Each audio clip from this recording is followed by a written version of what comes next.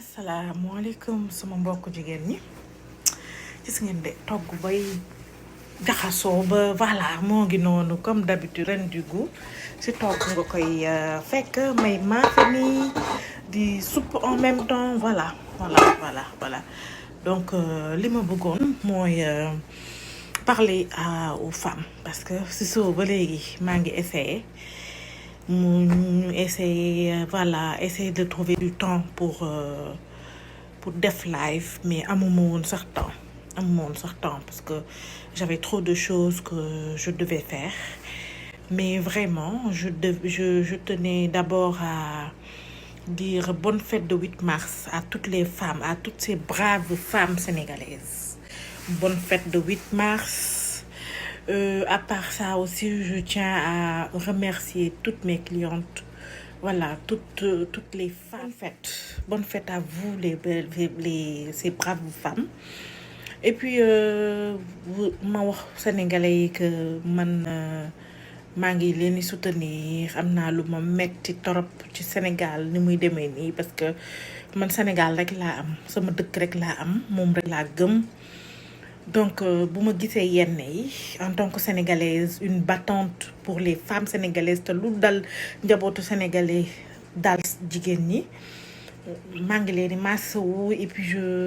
je reviens sur ce que je disais tout le temps xam naa dinaa amaat temps pour live xëj na mais avant entre temps comme te je n'ai pas du tout le temps aujourd'hui maa ngi leen di ñaanal ku nekk maa ngi koy ñaanal xolam gën a féex ku nekk maa ngi koy ñaanal lu mu ragal yàlla bu mu ko gis ku nekk maa ngi koy ñaax conseiller que mu gëm boppam mu bañ a dépendre ci benn état parce que je l'ai si bien dit boppam la fi nekkal voilà état bi boppam la fi nekkal soo ñun suñu bopp ñun wàññi gaz bi ñun nañu gëm suñu bopp. J'ai vu que l'entrepreneuriat femme féminine mu ngi jóg ñi ngi def darkase ñi ngi def madd ñi ngi def bu ñu xool oru état bi wala dëkk bi nañu xool madd bi nga xam ne nii luñ ci produire mu dem laaj bi nga xam ne nii luñ ci produire mu dem jinjeer bi nga xam ne nii yàtte benn produit rek mën nga ci am ñetti benn matière première comme jinjeer mën nga ci defar thé menthe jinjeer mën nga ci def thé citron jinjeer mën nga ci def nokkos mën nga ci def lii mën nga ci def laa jaay ku nekk mu am projet boppam ku nekk mu développer passion am ñuy bañ a xaar dara ci état bi li ñuy def juste bés bu décider jotee ñun ñëpp ñu ànd ñu décider. Voilà, qu'on s'y mette en fait. Moi, je veux vraiment qu'on s'y mette. Dama bëgg que ku nekk mu am idée boppam. Par exemple, ki nga xam ne dafa am problème mu karaw mu jël karité mélanger ko ak carotte wala jinjeer wala lii mu dem ba karaw bi sax mu créer ay produits karaw ki nga xam ne nii xam na luy araw mu defar ay karaw di ko ay araw ay cere di ko jaay ki nga xam ne nii togg yëfam la mu def traiteur ki nga xam ne secrétariat yëfam la mu créer ay agence de secrétariat ku ne jigéen bu ne wala góor bu ne tout à l'heure je regardais un homme boo xam te ne def na fa lu nekk comme liggéey et mu commencé lay defar thé jinjeer limon ak miel et di wàcc tous les jours avec 120 000 francs grâce à loolu muy pousse di ko jaay ak ñi mu jël. Vous imaginez 120 000 francs par jour 10 jours c'est 1 200 000. Tu vois le ku ne côté bi nga nekk jéem koo doxal bu kenn nangu stress di la jël ba yow nga emporté wu bu kenn nangu tooñ aussi. Nos droits moom démocratique il faut que ñu nangu ko ñoo ko moom mais bu ñu def violence contre nous-mêmes tu vois parce que toute cette violence que ñu vidéo yi ñu jàllale après dafay am ay conséquences sur nous-mêmes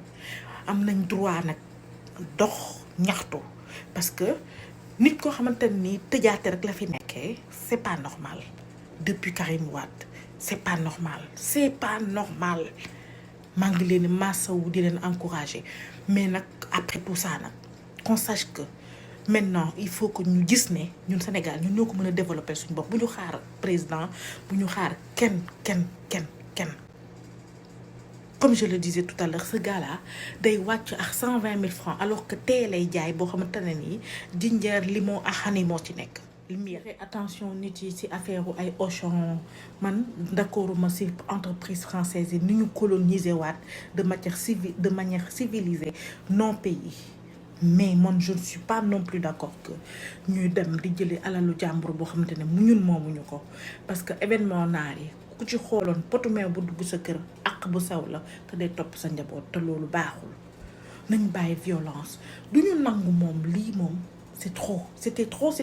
trop man dama rus sax boobu li base problème bi di doon jigéen mais jigéen boo xamante ne dafa xamul boppam rek la tu vois dama rus mais on passe à autre chose que ñu jógee fii ñu xam ne dépendre tuñu si benn président benn institution lu dul suñu institution bopp suñu institution xel suñu président xol suñu institution ministère tànk taxaw ci développer suñu passion waa ji ma leen wax nii 120 000 lay am par jour. Ce gars il a commencé avec 3 000 francs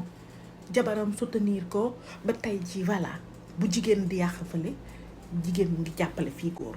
donc moi je tiens à encourager les Sénégalais te xam ne Reine du Goût elle adore les Sénégalaises. Reine du Goût yéen a ko def Reine du Goût parce que dafa ñëw imposer wala montrer aux dames que li nga bëgg def danga koy def boo bëggee taxaw ci internet bi wane ne mën ngaa baax mën nga wax lu rafet danga koy def boo duggee ci internet wane ne taaru jigéen ak taaru togg Sénégal danga koy def. Je l'ai fait et alhamdulillah les Sénégalaises m'ont soutenu man nag maa ngi ci YouTube maa ngi Snap bi maa ngi Facebook maa ngi et je me battrai tous les jours avec les armes que j'ai muy sama kuddu ci noir bi voilà sama kuddu ci noir la ak sama paak laa am sama li togg gi moom laa am. Pour terminer je vais juste dire et répéter que personne ne doit dépendre de personne. Quand on a écouté le message de Sonko on sentait beaucoup de respect. L'ignorance de notre président boppam la koy def parce que ku bëggul boppam du bëgg keneen maintenant nag il faut que ñun qu'on s'aime et qu'on s'adore qu'on soit plus patriotique li ñu yàq yëpp ñu defaraat ko que ku nekk nag mu connaître commencer entreprise boppam. Je le répète man damay leet damay jaay assurance damay jaay nettoyage damay jaay géej damay jaay yéet SMR source multiple de revenus parce que bëgguma def lu bon bëgguma def lu ñaaw maa ngi ci sama sëy di def lu ma mën ak lu ma mënul pour donner l'exemple il faut que toutes les femmes aussi donnent l'exemple ñu bañ a yàq ñu nekk ci entrepreneuriat ñu décider développer suñu dëkk ñun voilà par notre propre personne bu ñu dépendre ci kenn alors j'embrasse tout le monde et puis à bientôt. En tout cas jigéen dafay vertueuse jigéen dafay jomb jigéen dafay rus